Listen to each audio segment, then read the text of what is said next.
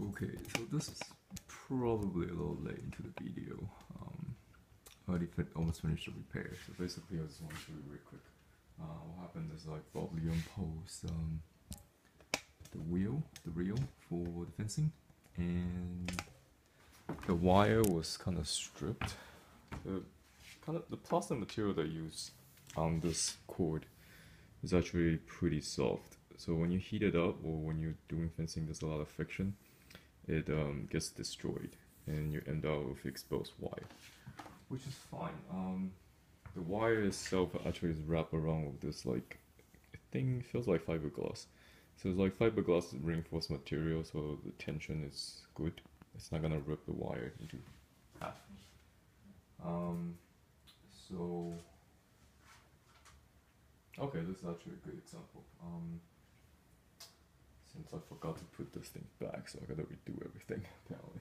So it might not turn out to be a bad video.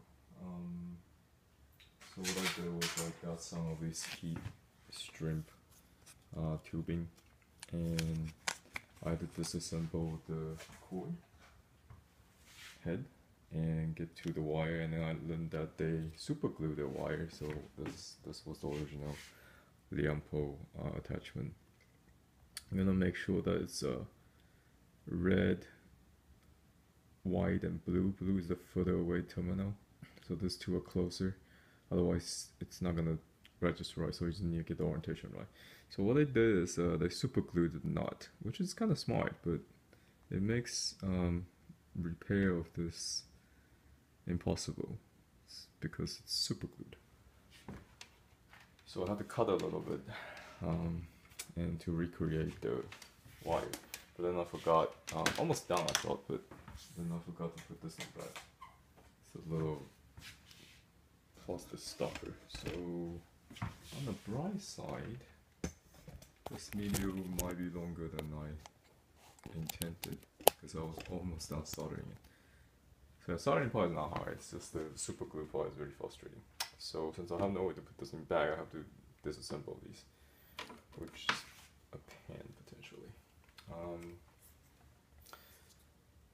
gonna make these vlogs available on the website as well in case you need to do soldering on fencing apparently. But you can pretty much use any flux. Make sure you get the no cling one because you don't want acidic flux. There we go. You don't want okay, all flux has a little bit of acid, but no cling has less. If you use the Home Depot or whatever hardware store flux, they usually have crap all the acid in it. And that can corrode the terminal if you don't clean it. Unless you clean it off it would, then that's okay. You can use acidic flux. So this is kind of hard to do. Since I wasn't intending to redo it. And having a helping hand helps. You can have someone else hold it for you or get this.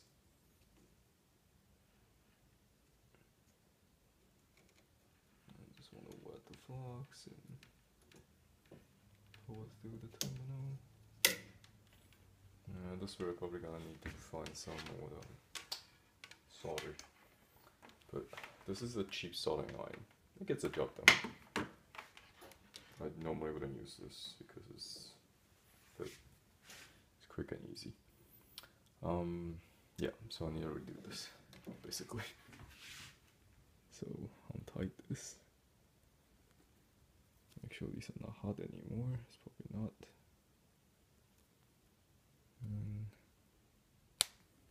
And a pretty tight knot, I think. Yeah, I'm not gonna put like super glue through it. That's kind of crazy. I don't know why I do that. I guess it holds it together better, but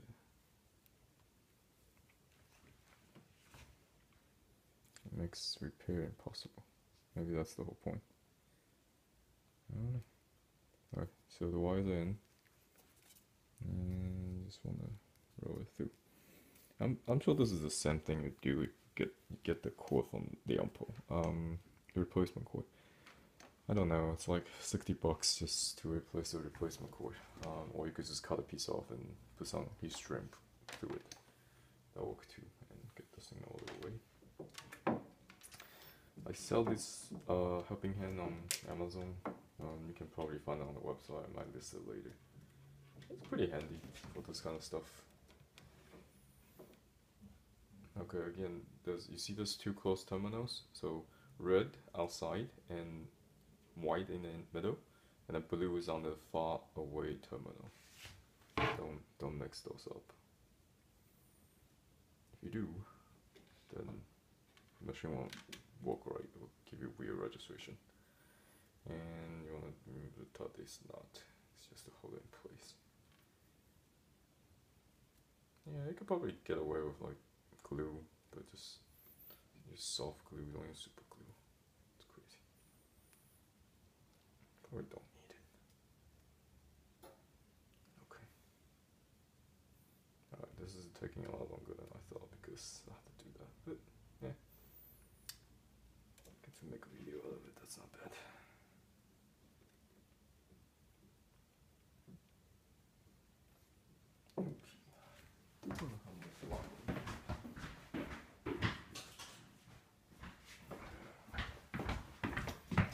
Zoom in.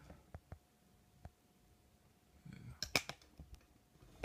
Let's see what I'm doing. Okay. So yeah, it's kind of interesting because no one, I'm sure people do this, but no one make a video for it, obviously. Well, probably not, since these reels are so cheap now. They are like, how much was this one? It's about $300, give or take. Buying from UK direct. So, I don't know. Do people even do this kind of thing for $300? I have to say.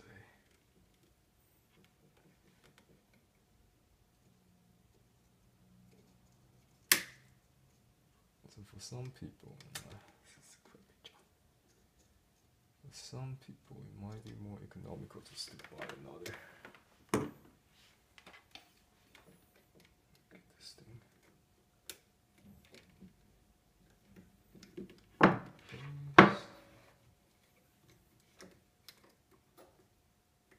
There we go.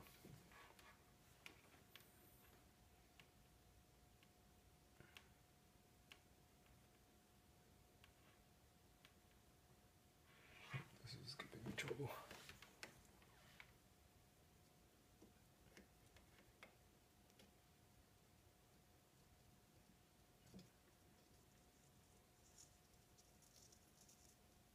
Get it out as much as possible and solder a little bit of it. Then you wrap around it. I'm gonna do that one cool down. So the middle one's white. Again, don't mix these up. You can tin the wire a little bit so it stay together. Okay, that's pretty good. You're gonna solder a little bit to hold it in place. Yeah, there. Wrap around it.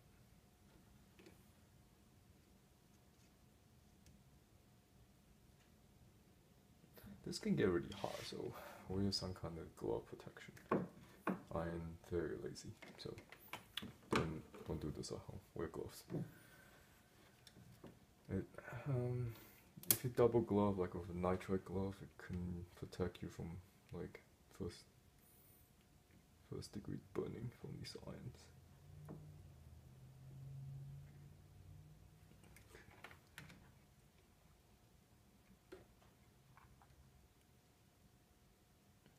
I wonder if this thing is long enough.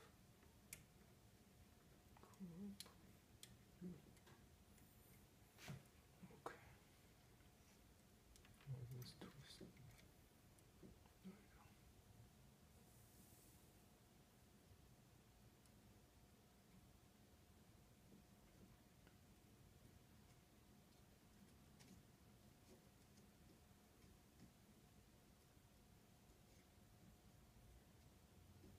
Yeah, definitely need more solder for this.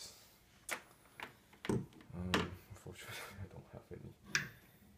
So I'm just gonna make do with whatever it's here. I like leather solder. Oh, yeah, clean your hand. I'm guessing the solder probably had lead on it because not so easy.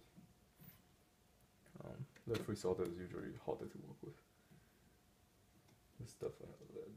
So yeah, lead solder works better. It's just so I have not enough solder. I'm gonna have to harvest it from the O1 or Y.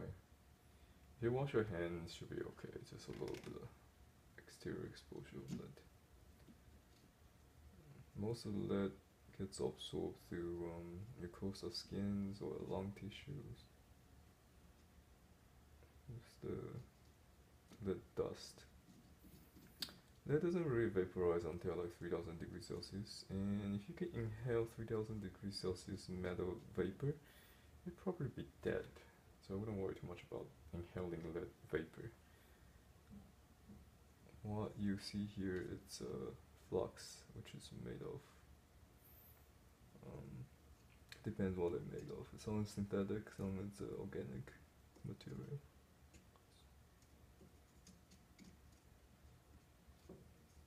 Alright, so I guess a little bit more flux. You can check out my soldering video though. Talk more about what flux and is due to the solder.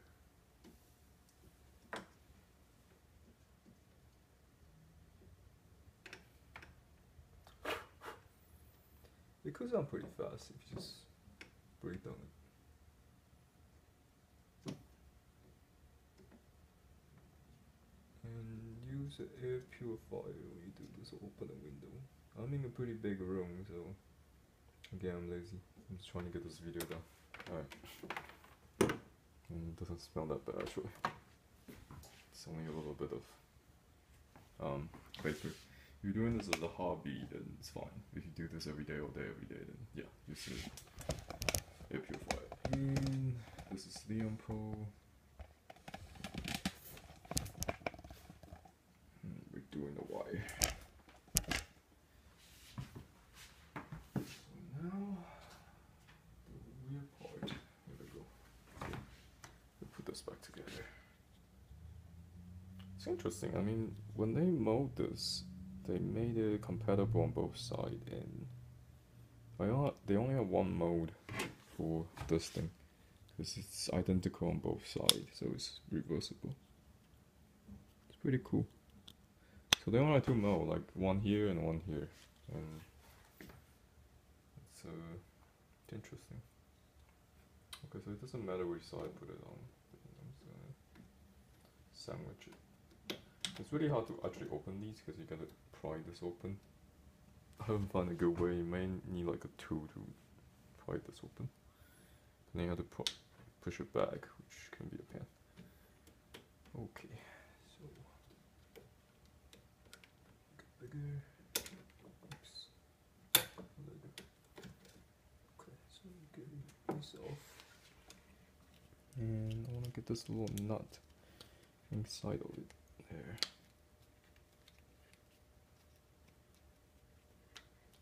Wiggle this a little bit. Okay, seems to be in. And now I just need to screw everything back. Should just work fine. Get this thing back. See if I can. Oh, now I got a problem. Helping hand. There we go. Get away. This thing, does it go inside? I wonder. I think it does. I'm not sure. Maybe it does. So we go in, tighten it, and that's it. I'm done. One good way to test, if you want to, you can get a multimeter, set on resistance ohm, and test each lid in here to see if it works, and make sure it's not grounded. Not that it's possible, but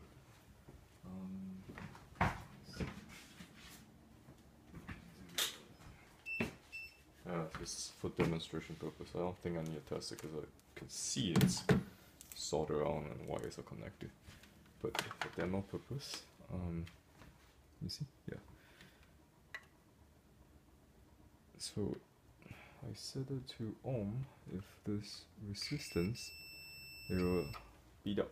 And let me get this up. Okay. So my first lid, I'm gonna test the outer one. This was the red terminal. So you can hear that. And the second one was a white in the middle. And the blue on the far end. Okay, so everything is working. This one's ground. Blue is ground. That's why you don't want to mix it now, because otherwise it won't work. And these two are unique circuit on its own. So it lights up, but it doesn't light up here. So it didn't crisscross the wire. That's what I'm trying to say. And also we know the wire is connected all the way to each terminals. For demo purpose, you don't need to do this unless you run into trouble. And I'll just screw everything back.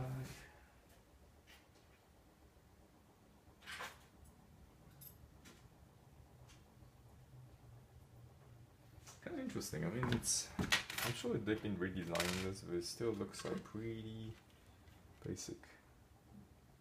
Yeah, pretty basic design. So screw goes in from this end. I don't particularly remember. The end part. How many was 4 screws? Oh, 2. That's kind of interesting. I like this.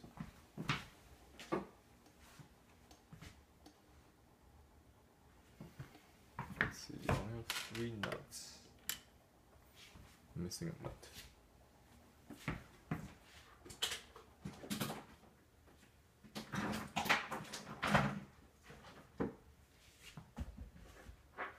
There we go. So yeah, they do have 4 screws and 4 nuts.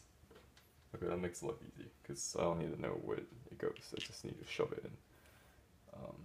So it goes from this end, and this is where the nut goes. It has a little curve.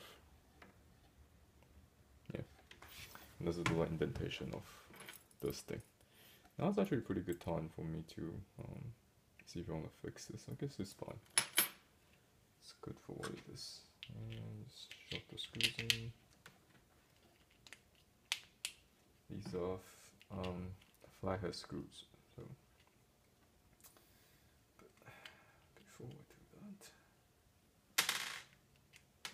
I think this goes on the other side. No, it goes on this side. Let me just put this in first. Alright. Screws in. Screws in.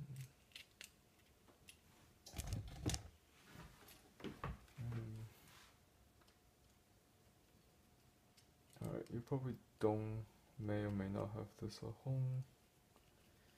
But I'm gonna cheat a little bit because this is really boring.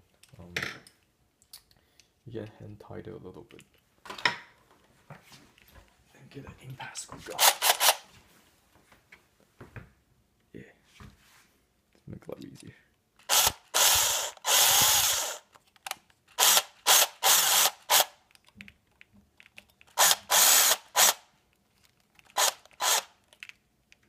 But you don't want to screw all the way to like, impact tight because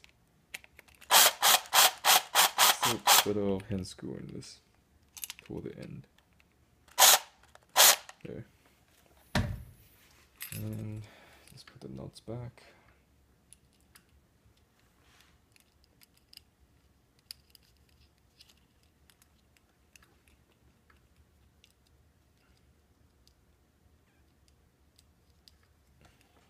These nuts has a little piece of plastic inside to lock it in place.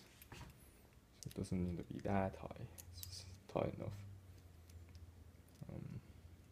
It's better off to use like a proper tool to tighten it, but I'm too lazy to look it up in the toolbox. So I'm using a plier. It will strip the screws if you use too much force. really kind of like work like a vice. You hold it in one spot and tighten in the other. Doesn't need to be that tight. It's tight enough so you don't lose the screw later. There's 4 of them.